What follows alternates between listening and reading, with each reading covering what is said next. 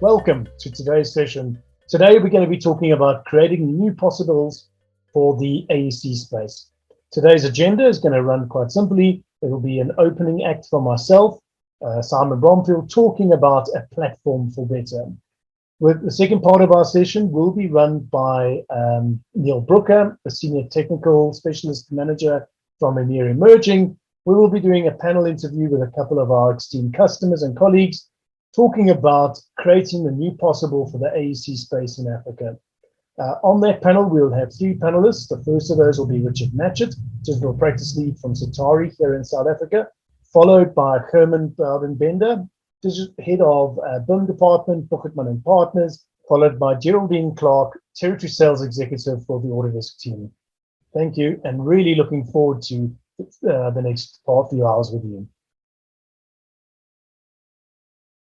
Good morning, welcome to my presentation today. My name is Simon Bromfield. I am the Territory Account Manager for Autodesk in Africa, and it's a real honor and a pleasure to join this discussion with BIM Harambee Africa, and hopefully through this presentation you'll pick up some interesting facts and learn a lot about the new Autodesk and what we're doing. So my presentation title today is The Platform for Better, and I'll be talking about some of the issues and challenges that we are facing across the globe. The last decade was one where technology transformed so much. Automation connected processes, platforms connected consumers and producers. And of course, there was one ultimate platform, the smartphone. The smartphone was able to connect everyone to everything. And in 2020, pushed consumers and workforces online at an unprecedented rate. The way we live, the way we work suddenly became equally connected. We learned to make beyond the factory floor, the construction site and the production studio. We learned to collaborate remotely, work digitally, and coordinate our projects and our workflows, our teams and our talents. And almost overnight, working remotely became a reality. The future of work was so sudden, it was no longer the future. At Autodesk, we saw how prepared some of you were for this, but we also saw how many people were not agile enough to flex at such a sudden shift, especially in the midst of such instability. At Autodesk, we saw how prepared some of you were for this. We saw many who weren't agile enough to suddenly be able to flex and suddenly shift their complete direction, especially in the midst of this instability. No one knew where we were going, no one knew what was happening in the world, and it was incredibly difficult for customers. From the top floor down to the shop floor, innovation and digital transformation suddenly became more important than ever. And that is why today we are still seeing companies everywhere trying to figure out how they needed to innovate and transform themselves. Now more than ever, our purpose is to empower innovators everywhere and to help you make progress and not to wait for it. We do things like helping you to figure out how to combine technologies together and recombine them again to make sure that you have the right technologies and the right services for your industry. We also look to how to unlock your talents and your insights into the data. By harnessing this data, we will help you to unlock the talents within your team, unlock the insights from all the corners of your ecosystem, and how to converge on a solution to challenges that you face. And that is why today we see companies everywhere trying to figure out how they need to innovate and transform themselves. Now more than ever, our purpose is to empower innovators everywhere, to help make progress and not to wait for it. By helping you to figure out how to combine and recombine technologies, to harness data, to unleash the talent of your teams, and unlock the insights from all corners of your ecosystem, and how to converge on solutions that for the challenges that you face. Because despite of the progress that you've made in the last decade, there is no end to the problems that need to be solved. We've all been challenged to do things differently, to differentiate ourselves and the outcomes that we seek, to the pursuit of purpose as well as profit, to create new experiences and new values, to make the new possible. So how are we going to get there? I'd like to switch to one of our customers, Decathlon. One company thinking hard about the pursuit of purpose as well as in profit is Decathlon. This is the world's biggest sports retailer. It's loved by its customers, and Decathlon is working hard to keep its prices competitive as well as its products innovative. Now, balancing innovation with mass production can truly be challenging, but innovation is a core part of Decathlon's culture. As it comes to commitment to reducing its environmental impact, sourcing sustainable materials, decreasing its carbon footprint, and manufacturing its products locally. All of this informed how Decathlon approaches its innovation. And because Decathlon designs and manufactures almost every product that it sells, it also works to innovate with its customers, ensuring that these products are both affordable and sustainable. Decathlon embarked on a project with its bike brand to explore the performance of the bike of the future. But rather than start with the bike, the project started with their customer's journey, from how a customer might be fitted for the frame to how they might watch the factory printed, and from how they might unbox the bike to how they might ultimately ride it. Most performance road bikes are currently being made from carbon fiber, which is both high in strength and low in weight.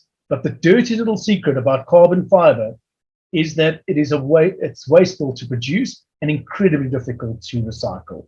And this is why Decathlon decided to start exploring the possibilities of printing their new bike in metal.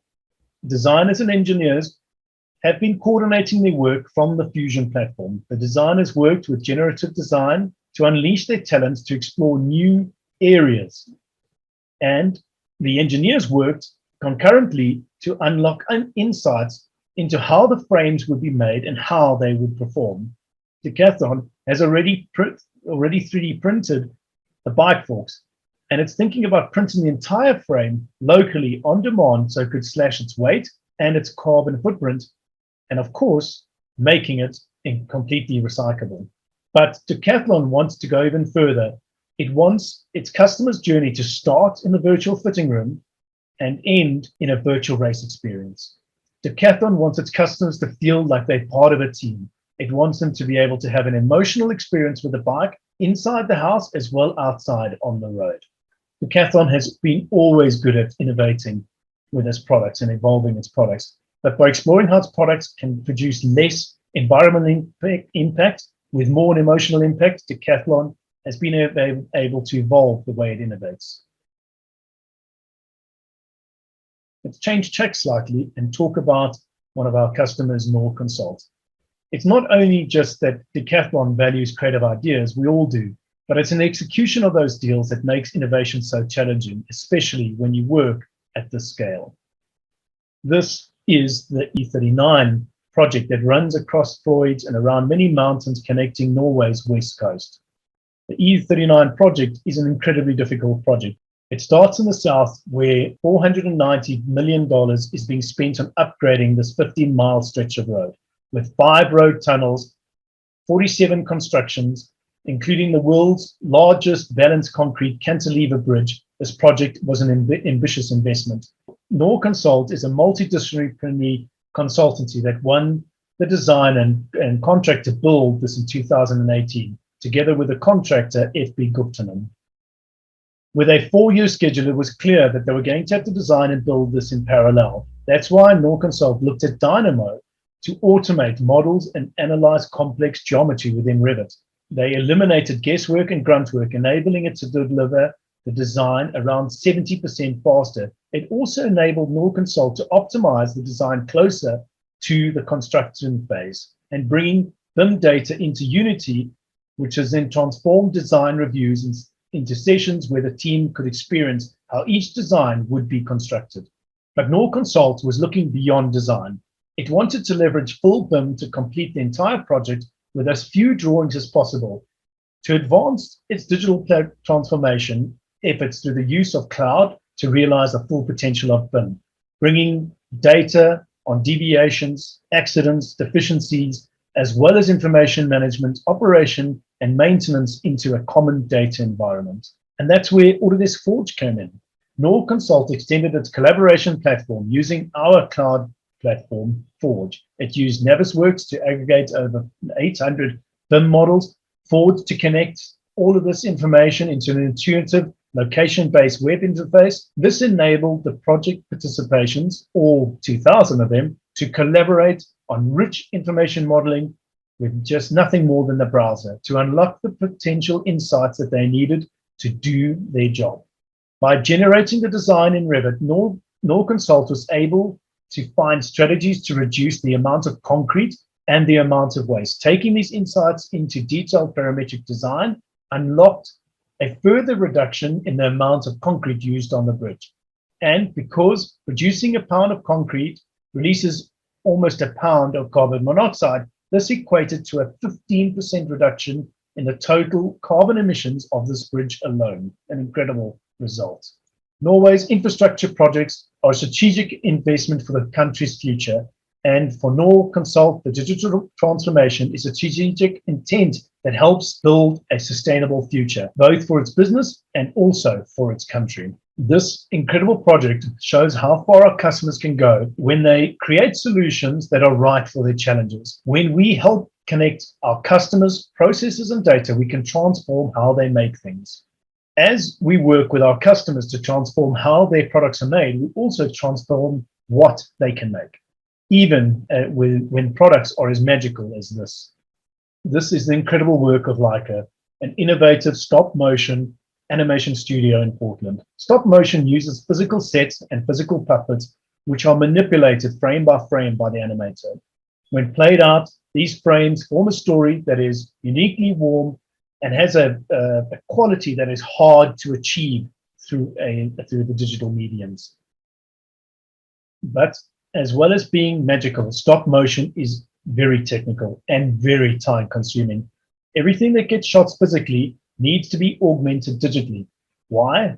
Because CGI allows Leica to go beyond what is possible in the real world. For each movie, Leica carefully coordinates both the physical and digital production in the cloud with ShotGrid, our platform for creative management, as well as the production of thousands of assets from tiny props to entire sets. ShotGrid coordinates all the work with all the people involved. All of these assets are connected over all of the years of all of their projects that they're working on. So as the demands of the film shifts, Shotgun is able to generate intuitive schedules to unlock insights into how the schedules can be optimized. This saves on time on production and the planning, making it easier for Leica to unleash the talent of its teams. Over the years of these projects, they're producing thousands and thousands of assets. As the demands of the film shift, ShotGrid is generative schedule unlocks insight into how its schedules can be optimized. This saves times on production and planning, making it easier for Leica to unleash the talent of its creative teams. Automation has simplified the scheduling. It's simplified the production of its puppets as well. For each puppet, Leica's artists use Maya to create thousands of facial expressions, but instead of hitting render, the Leica animators hit print. The faces are then additively manufactured and placed on the puppets, one after another, bringing the characters to life. But for each other part of the puppet, it also needs to be animated. For each of them have intricate mechanisms that are manipulated by the animator. These are all designed in Inventor. Even though Leica is deeply rooted in the entertainment industry, it also pushes the boundaries of manufacturing, finding innovative ways to make physical assets and bring them a human quality to the final product that it then produces digitally. Working at the intersection of physical and digital isn't unique into the entertainment industry. Just like Leica, Decathlon has explored how it can augment its physical product with digital layers. Decathlon's products are reshaped by data, and so is its suppliers' ecosystem. By exploring the future products it will make, Decathlon learns how to evolve the way they make things. That's why it's innovating alongside its suppliers, also alongside Autodesk. It is this commitment to innovation that helps Decathlon's supply chain and its business become more resilient. Resilience is something that we're also investing in with our Forge platform. Forge enables you to combine technologies, customize your workflows on demand, allowing you to connect data, your processes, unleash the power of your teams and your talents. And we'll continue to build on Forge to help you unlock insights you need to create the solutions that are fit for your challenges, whatever industry you work in. If technology is what unleashed the progress in the last decade, now more than ever, it is the driver in the value of resilience. In the midst of such instability, those who don't strive for resilience are at risk of losing ground. The solution that Noor Consult built on Forge was resilient to change, and even as the design evolved, a resilient solution that was the right fit for the challenge at this scale.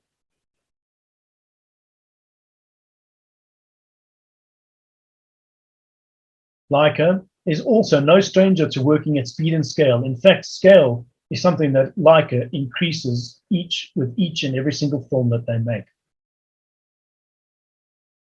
For every film, it makes more physical things because its entire production is digitized. It's resilient to change. That's why Leica is able to work and with extreme agility.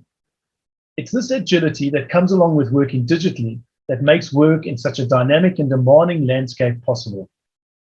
At Autodesk, we believe that this kind of agility is vital for you, whatever industry you work in, because the landscapes are changing so fast. Innovation is more important than ever because the risk of disruption is greater than ever. That's why we're investing in a seamless data initiative that connects your teams to your data. We're committed to making your data more interoperable, more accessible, and even more open. We are building a connected construction experience, fueling collaboration across phases of a building lifecycle from design to operation. We are building a unified platform that allows you to collaborate in manufacturing simultaneously and concurrently. And we are moving production to the cloud, building pipelines around open standards to connect distributed teams. Our open data standards are what is going to help us to combine these technologies, to connect your processes, unleash your talents, and unlock your valuable insights. Insights that can help you do things differently, to turn challenges that you face today into opportunities tomorrow, to differentiate yourself from the outcomes that you seek, to balance the pursuit of both purpose and profit, to create new experiences and new value. At Autodesk, we don't believe in waiting for progress. We believe in making it. Our mission is to enable inventors everywhere, inventors like you, with design and make technologies so that you can make the new possible. So this leads me to my next part of my presentation around the Autodesk brand and why we've embarked upon this brand change and this brand strategy change. Our brand strategy is evolving, and let's start off by recapping where we are and why we're making this change. As you saw from the previous presentations and slides, our brand must transform because our business has been transformed over the last few decades. It's time to push the power behind the parent brand. By streamlining our parent brand strategy, it will make it easier for us to connect with all our customers, making them able to discover more products and transfer their loyalty from one product to the other products across the entire platform. Many of our customers don't even know that our products are made by Autodesk. They're sitting on Revit or Fusion or Inventor, AutoCAD, but they don't know these products all come from Autodesk. So by combining this with our brand and moving everything to the brand strategy, we will be able to help bring people to the rest of our entire portfolio. So how are we going to do this? Our branding position is very important for us. We built this on three things: our promise, our purpose, and our role with customers. Word choice is incredibly important here for us. Innovators are people like our customers who are driven to solve complex problems and design and make new and better ways to address the world's problems. This is how we see our customers. Our purpose is we exist to turn ideas into realities that shape a thriving future for all. Lastly, we see our role as partners for the new possible, not just a software vendor dealing with customers. We want to be your partner, and we want to work through our extensive networks of certified partners together to understand what outcomes you as our end customer are trying to achieve, and then bring the relevant parts of our various organizations to help you to do that. So how are we going to do this? Firstly, we're going to start with the why. The new possibility of positioning is core to our new brand. And this is why we say, why do we exist? What do we do and how are we going to do it? Let's talk about those three things. Why? Why we're doing this is to make a better world that can be designed and made for all. At Autodesk, we're driven by this vision, and we now know that we share it with many of you. The what? We believe that design and make technologies for the innovators of the world. We believe that if you design and make, we shape, or you shape, the joint future for both of our companies. How are we going to do this? Only with Autodesk can you combine and recombine technologies that can unleash the talents and unlock the insights that you need to make the new possible. This is how we, together with our customers, can drive better outcomes, better new experiences, new ideas, and new value. This is how we are different from our competitors. And finally, our essentials. These embodies what we do for our customers.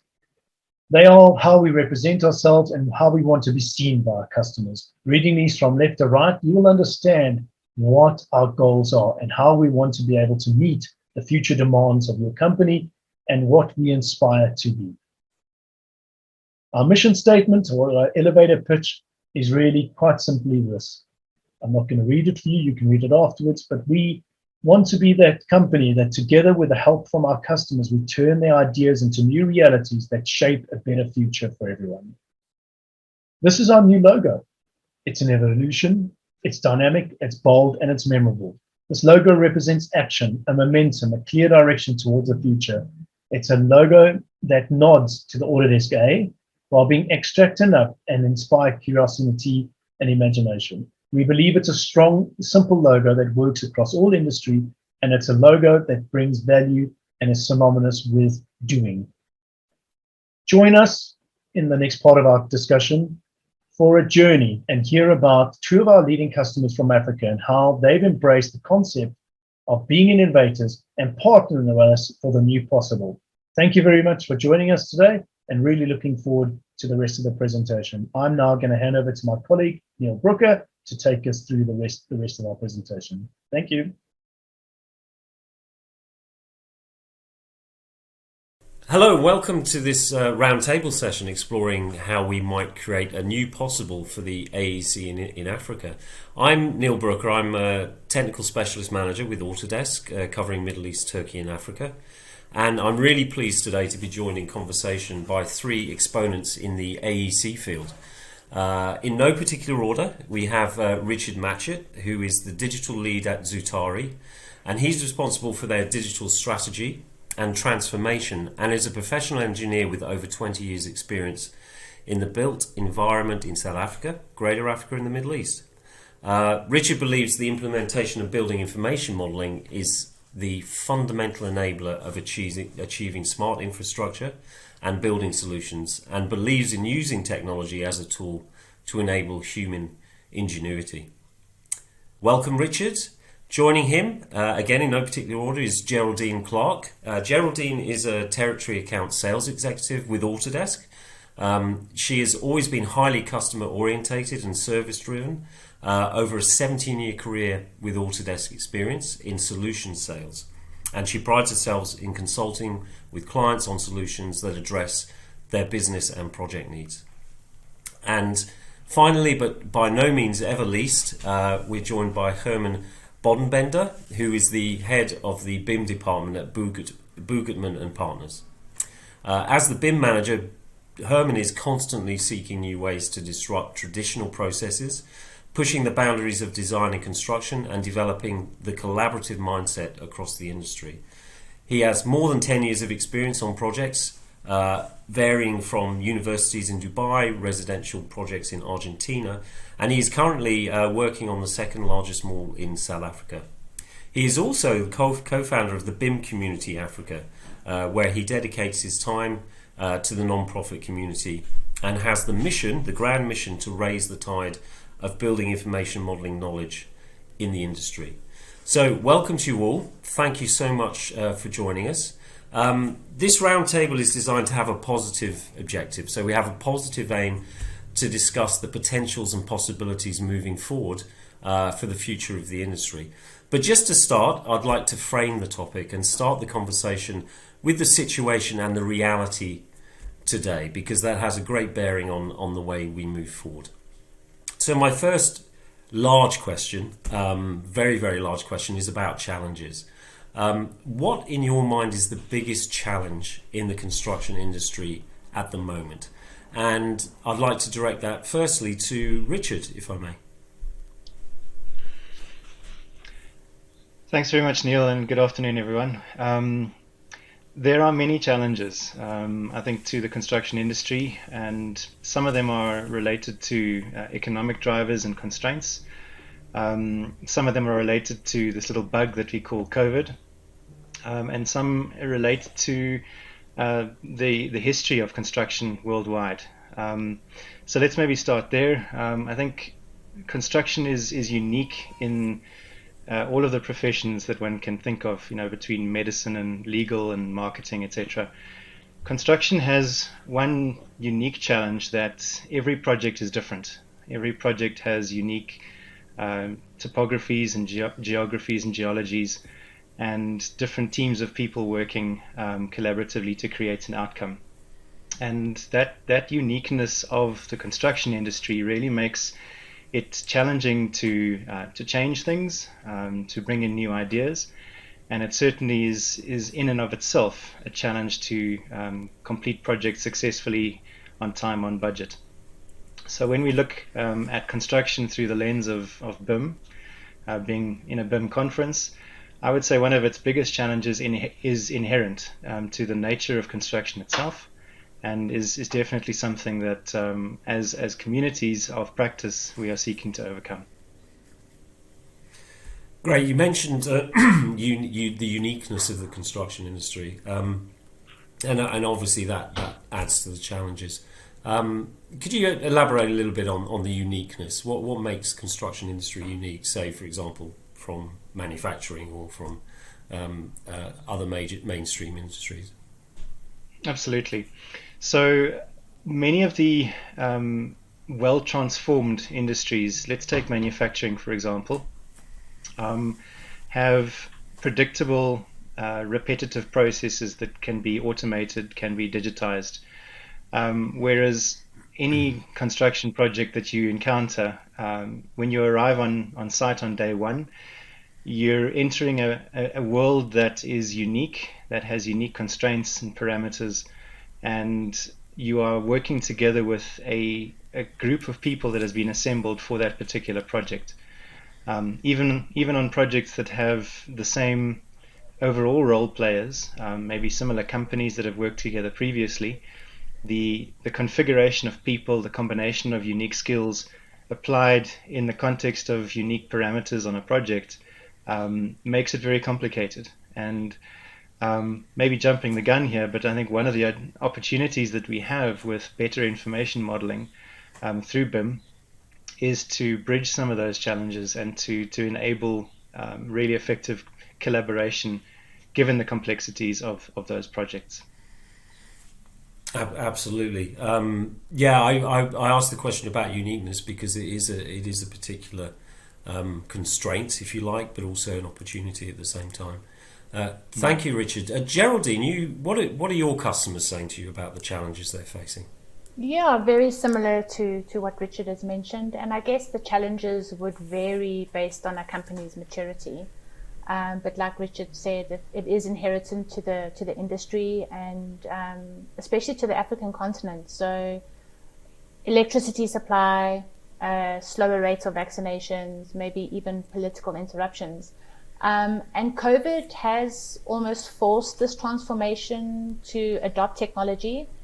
But while the industry experiences unprecedented transformation, I just want to say that our mission at Autodesk just remains the same, and it's to help our customers through this transformation that they're going through, and the rapid expanding of our industry from buildings to infrastructure. So, thank you.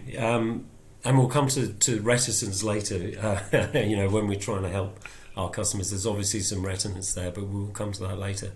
Herman, you not only work in the commercial industry, but you work as in the charity world as well. How are you viewing the challenges in maybe both of those areas? Yeah, I think it's quite interesting for me.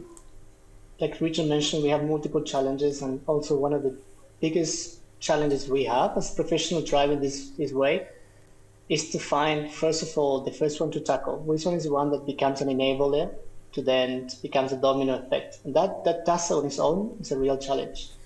For me, the most pressing challenge at the moment is I think we passed the barrier of technology's challenges because clearly technologies have become a massive enabler. I think we definitely have, we're working through a mindset challenge at the moment. But the reason why I think that mindset is the biggest obstacle at the moment is because I believe that the digitalization, and I like to use the term of gamification of this design and construction process, it has certain benefits. And I believe that we haven't mapped yet successfully the benefits of the process versus what our clients are currently pursuing. So I think at the moment we're missing that alignment from the overall side of things. So what are the benefits of digitalizing the process and all the collateral advantage of that with what are the things the clients are asking for? And why are the clients not asking for certain things? Are because our clients are dinosaurs? No. And I will not put the blame on the clients because that would be really easy for me as an architect and really stupid as well. But I think that's our failure to really map what are the commercial gains, the return of investments, and the architectural gains on a project to be able to map to digitalize the process and be able to educate and highlight on that. There are not that many success stories in South Africa and in Africa. And those us as professionals, we need to start highlighting, raising, and raising that flag. So for me, first of all, is that connection between how do we want to operate and design in a certain way with how can we have a much more engaged conversation with the clients and start enabling that return of investment. And I think for me, clash detection was a big example. Clash detection is currently today one of the biggest enablers of the BIM process because we can tell the client, you can save money when we go to site. And we keep repeating that for the last 10 years. We need to move on that one.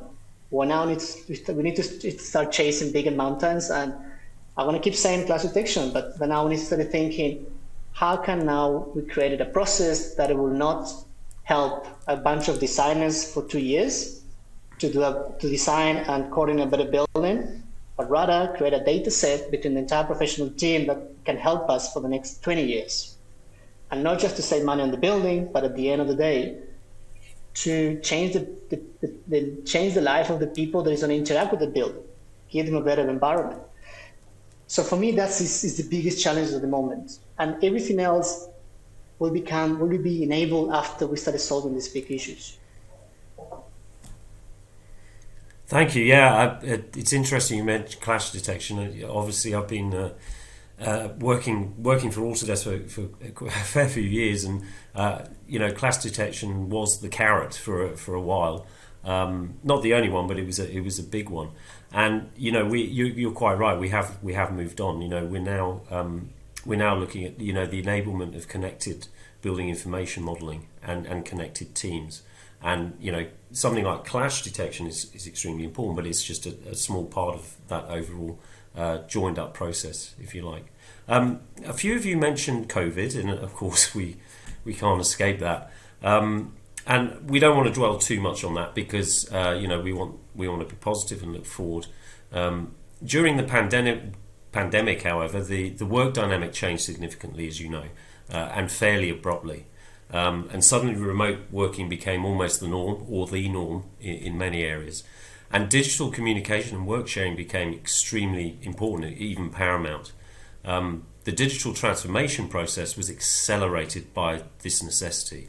But as you've stated, there were some reservations in quite a few quarters. What do you think are the most common misconceptions people have had or still have about digital transformation? And how do we combat these misconceptions and communicate more effectively? I'd like to go back to you again, Herman, if I may, on that one. Yeah, absolutely. I think this one, for me, is an easy one because the question that I always ask myself is how long would it take us to take the digital journeys a lot of our companies took if COVID wouldn't happen? So COVID was a catalyst. It was a really bad catalyst, but it helped us to get to really good things. For me, is how healthy our industry could it be if we wouldn't have the muscle and the reaction that we have with COVID without COVID. So how can we now in 2 years down the line not have another COVID and be able to rethink our systems? With COVID, we didn't have an option. And I think COVID also really helped us to break a lot of misconceptions, because before it was like, it's too expensive, it's not the way, it's not the right time. And here we didn't have an option and we did it. And for me, it was successful. I mean, luckily our company was fully digital before that. And we still was a heavy transition, not just from the technology. Again, it was for the mindset. How do we accept this new way of working? How do we manage people? How do we connect? How do we collaborate? How do we design and so on? And I think a lot of the misconceptions were broken away because of COVID.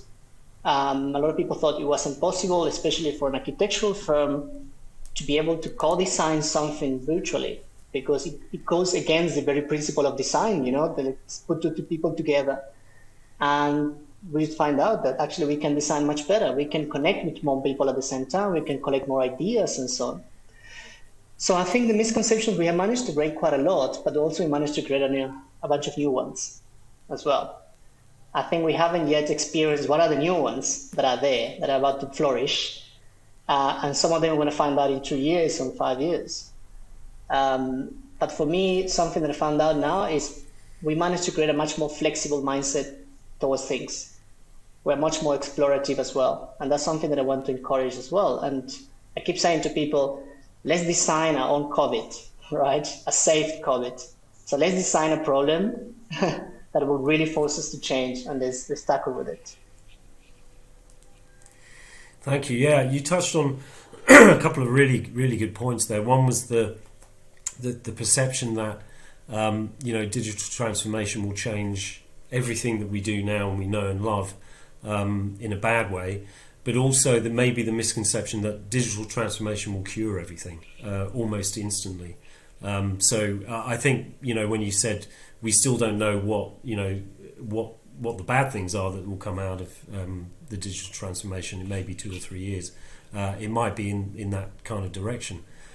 Richard, what's your experience of people's misconceptions about transformation?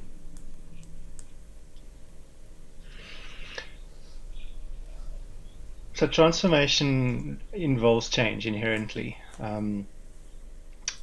When people are running at speed, it's very hard to change direction. And I think the busier people get, the harder it is for them to change direction mid-stride.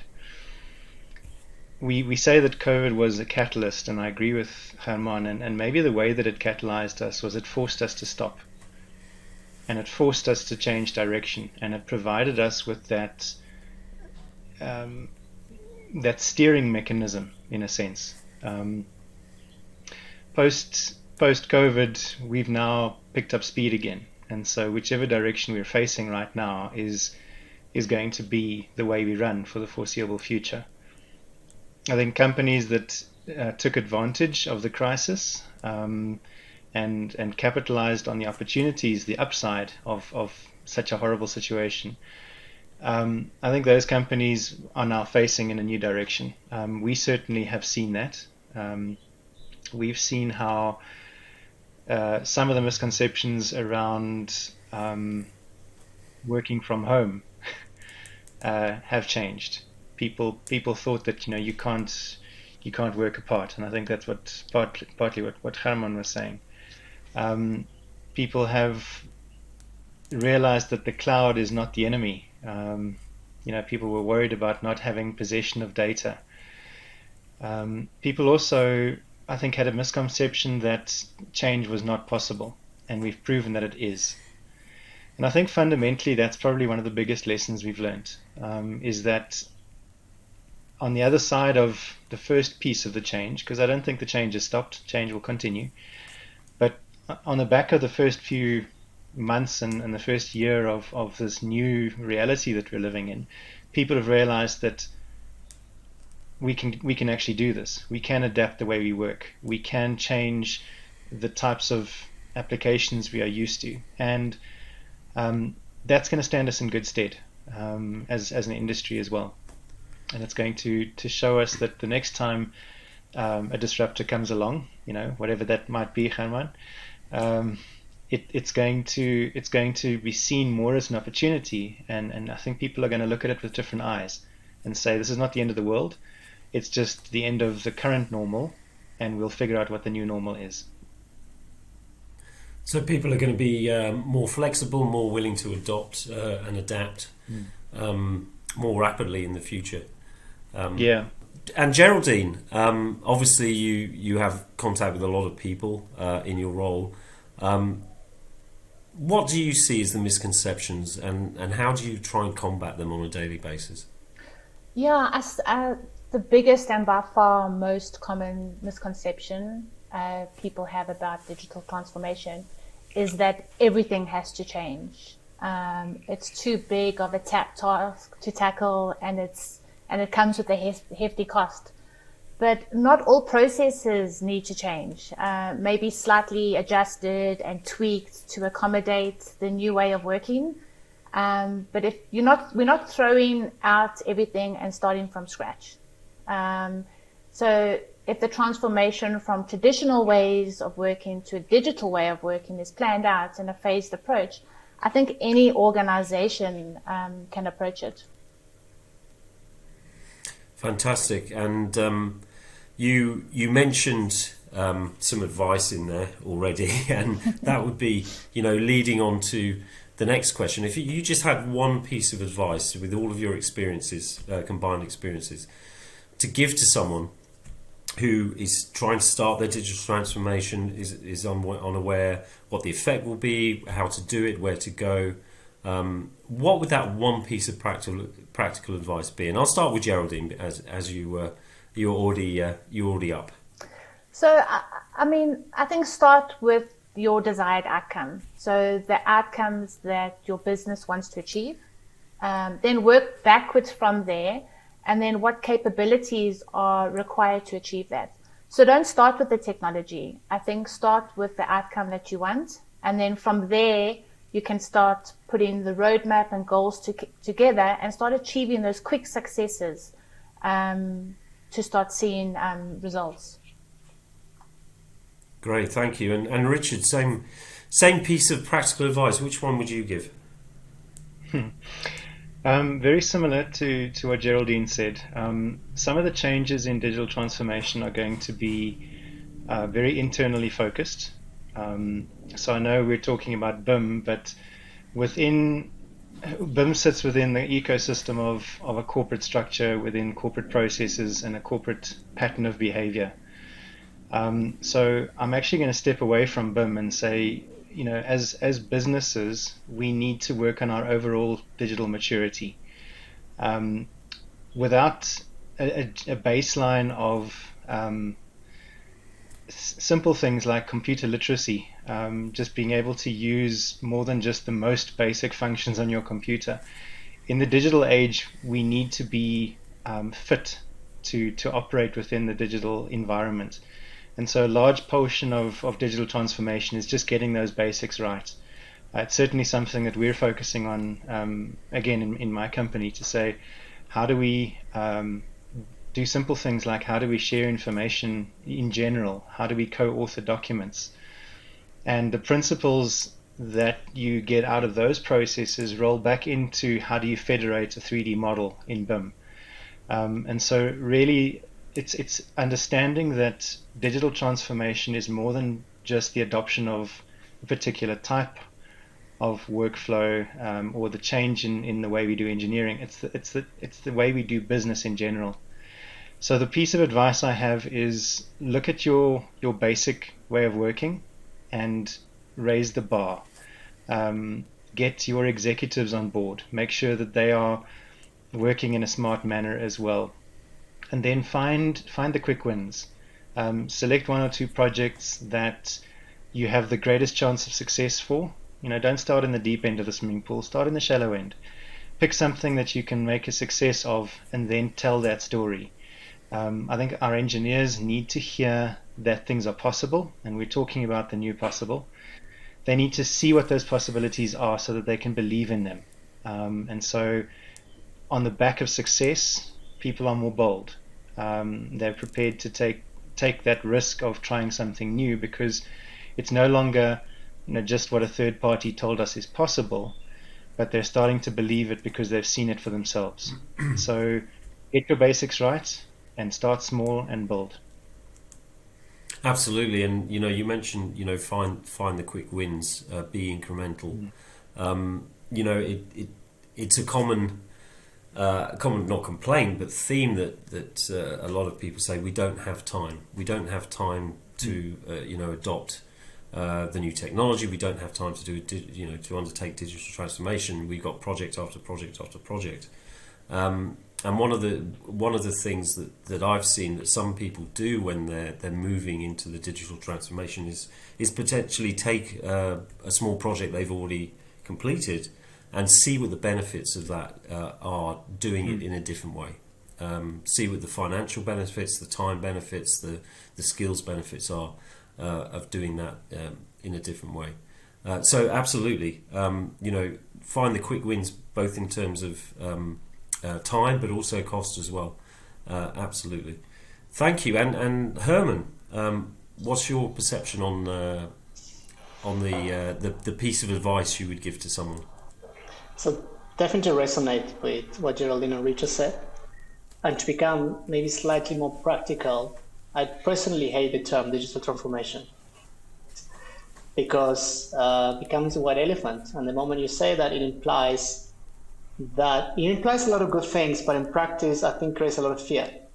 That implies that this is a global master approach, that a lot of things need to fall into place, that you have to create this master plan that considers every single aspect. And at the moment, I've been myself in multiple places designing my digital transformation for the company, and you got it down into a rabbit hole because you're trying to solve every single problem with one single strategy. That doesn't work. So that's why I personally hate the concept of digital transformation, and I swap it for project innovation.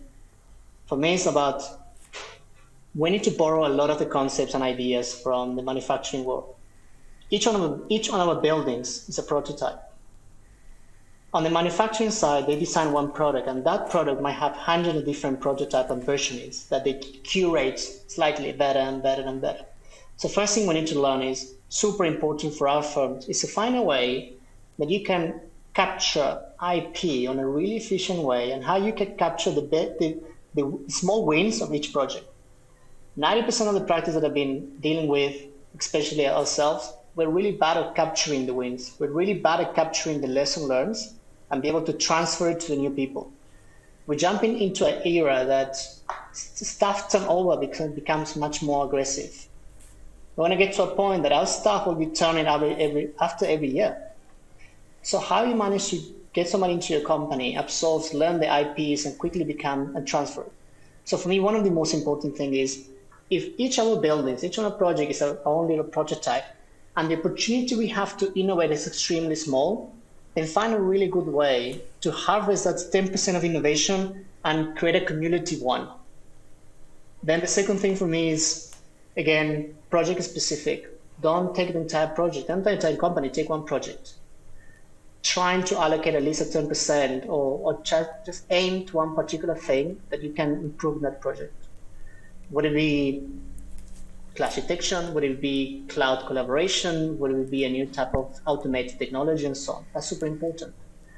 So then we can start going through this manufacturing journey of creating versions and improving one notch every single one. And then make sure that every single victory gets not just captured, but shared. Creating enthusiasm and pushing people and inspiring people becomes fundamental. And that's one of the biggest advantages we have now in the digital era. We need to harvest that. We need to find ways to showcase the wins and get people excited about it. And also for me, one of the biggest challenges I had 10 years ago, if I wanted to access knowledge, I needed to pay for it. I needed to go to a particular physical space. Now knowledge is our fingerprint. YouTube has become the source of anything. So how can we inspire people to just innovate at 1% of every single thing that they do? And every single win we capture and we harvest it, but one win at a time, one small one. That's why for me, digital transformation sounds amazing, but I want to bring it down to project innovation 1% at a time. And all of those innovations will become part of the digital strategy in the future.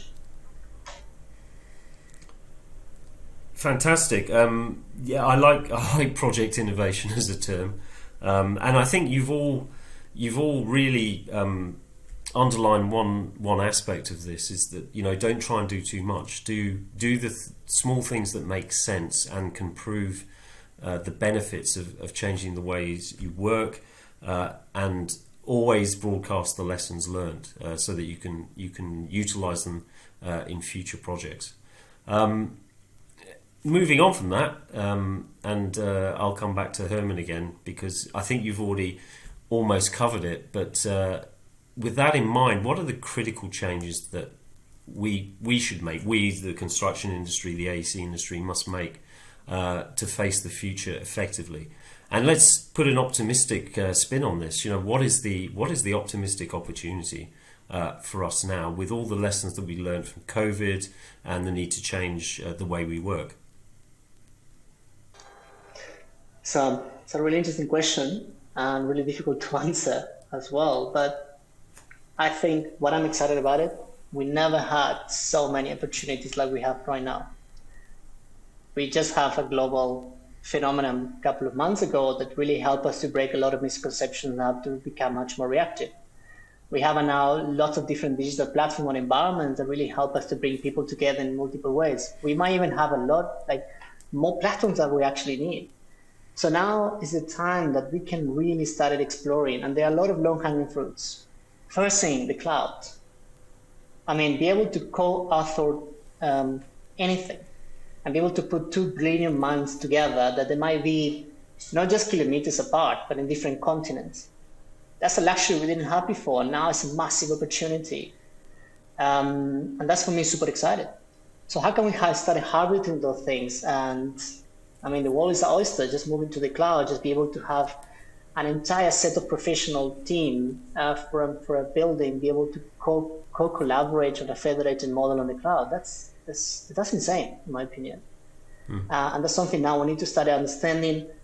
Now we have the technology opportunity, and it's not a barrier anymore. So now we need to start thinking, what are the processes that we put together in place to take advantage of that? How do we learn now how to digitally collaborate on those environments? So, yeah, I think we have touched on quite a lot of those, but I think it's we have to become curious again. In a certain way, also, I think we all need to de-learn a lot of the things we learned in the past, and let our egos aside, and let maybe our 50 years of experience sometimes aside, to just say, okay, let's look lateral, let's look back, let's look forward, and let's identify it. Great, I like that, de-learning. Another term that I've learned today. That's fantastic. Richard, what changes do you think we should make to face the future and be successful? So I'm going to look at the environment that we work in, and just touch on some of the institutional changes, well, not institutional, but organizational changes in the industry as a whole. We've seen the effectiveness of the adoption of a unifying standard in countries like the United Kingdom.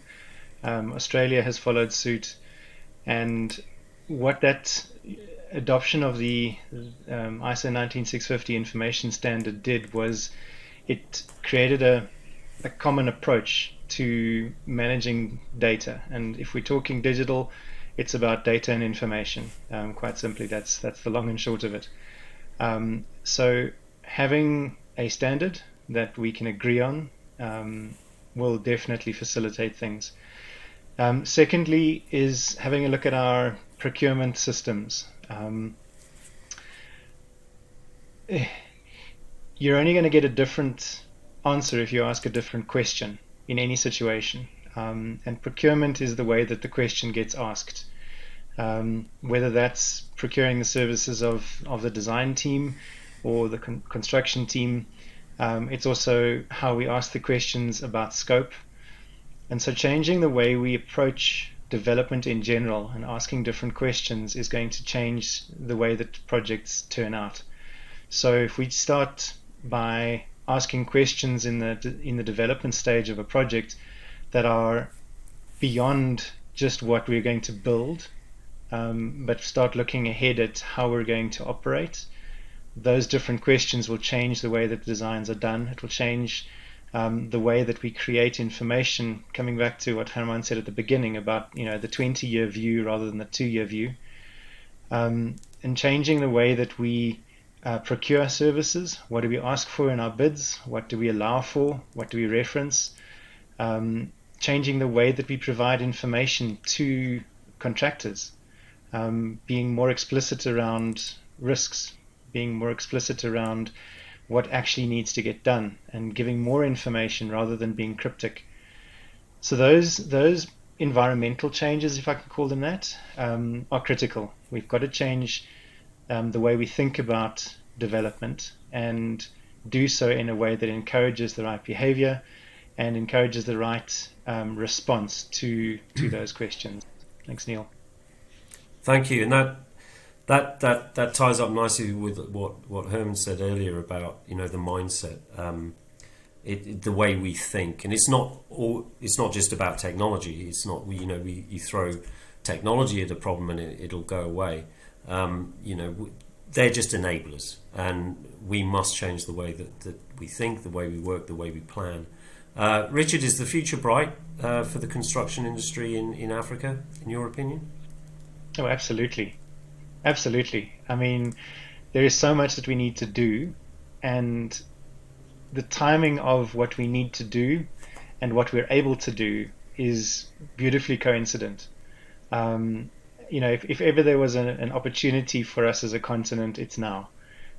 We have a groundswell of understanding around the way that technology can be leveraged.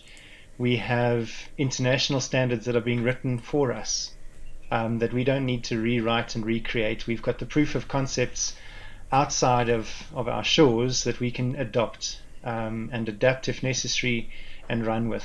I'm really excited about the rest of my career for that reason, because I know that I'm going to see development on our continent that my parents didn't see, and that's really exciting me. The opportunities for the next generation, the kids that are at university now that are studying engineering or architecture, going into technical fields, they're already digital natives. They're already so used to working in this fashion. They're learning programming at school. And for them, entering into a continental boom with all of the technology at their fingertips, and with hopefully us as a BIM community creating that favorable environment, lobbying for what needs to happen, they're moving into such an exciting time. So anyone who's still at school out there who's thinking about engineering, it's the right thing to do. You're going to have an absolute blast as a career. So very, very positive, Neil. Excellent, and probably all on a mobile device as well at some point, I would think. Probably. Yes. Fantastic, yeah. Which there are a lot of in Africa, so that's a good start. Fantastic, thank you, Richard. And Geraldine, what are you hearing? What's the message you're giving to customers about the critical changes to make?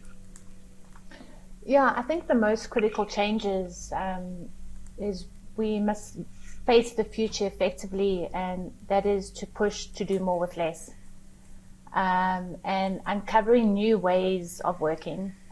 So it's breaking down those silos. Our industry requires solutions that connect information. I mean, we're doing that right now when you talk about a mobile phone.